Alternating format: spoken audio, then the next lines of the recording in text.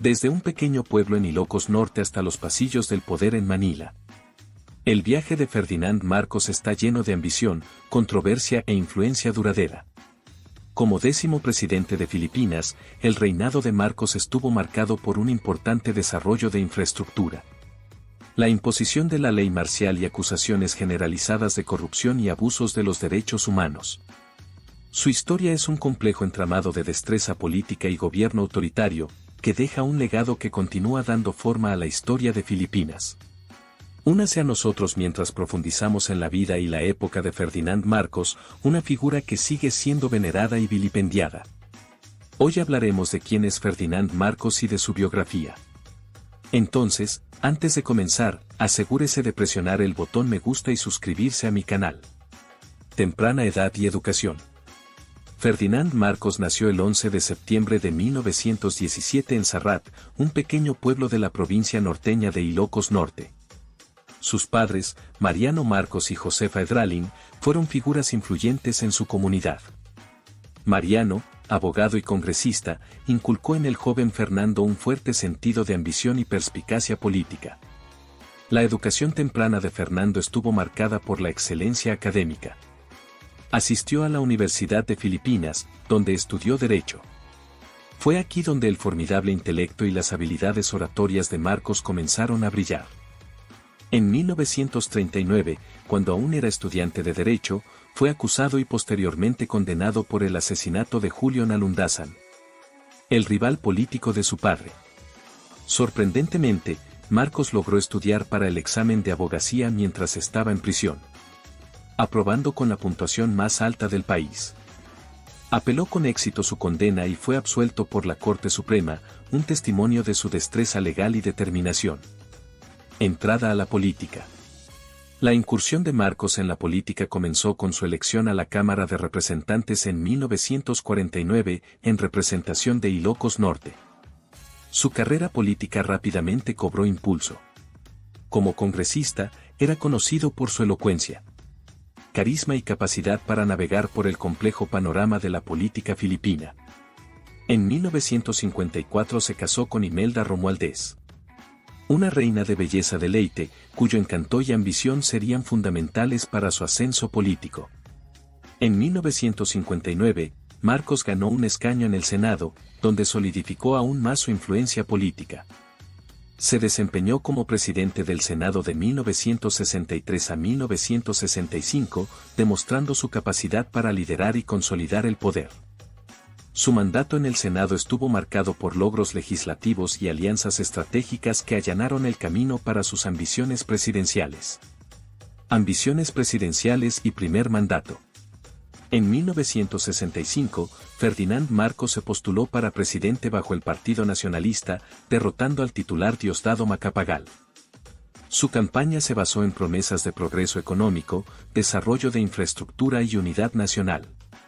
Como presidente, Marcos se embarcó en un ambicioso programa de desarrollo de infraestructura, conocido como la Edad de Oro de la Infraestructura.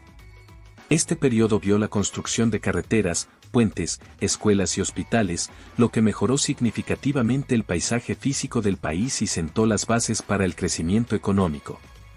Marcos también se centró en la modernización agrícola y la autosuficiencia, lanzando iniciativas para impulsar la producción de arroz y el desarrollo rural.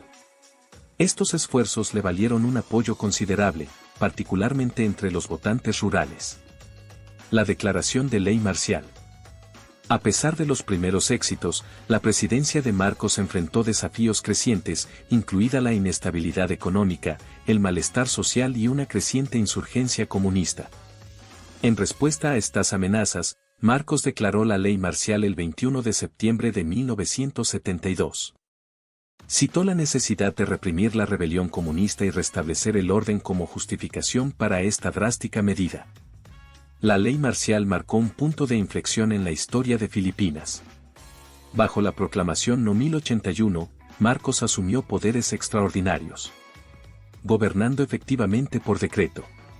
Se suspendió la Constitución, se disolvió el Congreso y se impuso la censura de los medios de comunicación.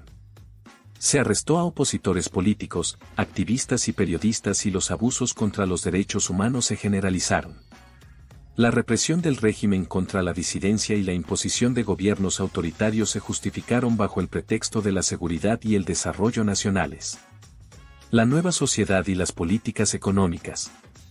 Bajo la ley marcial, Marcos lanzó su visión de una nueva sociedad destinada a reformar la cultura y la sociedad filipinas.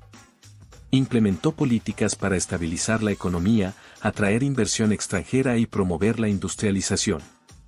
Continuaron los proyectos de infraestructura, con la construcción de monumentos culturales como el Centro Cultural de Filipinas y el Centro del Corazón de Filipinas. La decadencia del régimen. A principios de la década de 1980, el régimen de Marcos comenzó a mostrar signos de declive. La economía tambaleó, agobiada por una deuda masiva y una mala gestión. El malestar social y la oposición aumentaron, impulsados por los abusos contra los derechos humanos y las dificultades económicas. El asesinato del líder de la oposición Benigno Ninoy Aquino Jr. en 1983 fue un momento crucial, que galvanizó el descontento público y provocó protestas generalizadas. La revolución del poder popular y el exilio. Las elecciones fraudulentas encendieron la revolución del poder popular, un levantamiento pacífico que atrajo a millones de filipinos a las calles de Manila. El movimiento, caracterizado por la resistencia no violenta y la desobediencia civil, culminó con el derrocamiento de Marcos. El 25 de febrero de 1986, Marcos huyó de Filipinas y se exilió en Hawái. Exilio y muerte. En el exilio, Marcos vivió una vida relativamente tranquila en Honolulu, Hawái. Continuó reclamando legitimidad como líder legítimo de Filipinas e hizo varios intentos infructuosos de regresar al poder. El 28 de septiembre de 1989, Ferdinand Marcos falleció a causa de dolencias en los riñones, el corazón y los pulmones. Su muerte marcó el final de su controvertida y tumultuosa carrera política. Legado y controversia. El legado de Ferdinand Marcos es profundamente polarizador. Sus partidarios le atribuyen el desarrollo de infraestructura y la visión de una nueva sociedad. Mientras que los críticos condenan su gobierno autoritario, sus abusos contra los derechos humanos y su corrupción. Se estima que el régimen de Marcos ha saqueado miles de millones de dólares de la economía filipina, fondos que siguen siendo objeto de batallas legales y esfuerzos de recuperación. Si te gustó este video y te gustaría ver más como este, por favor, dale el visto bueno.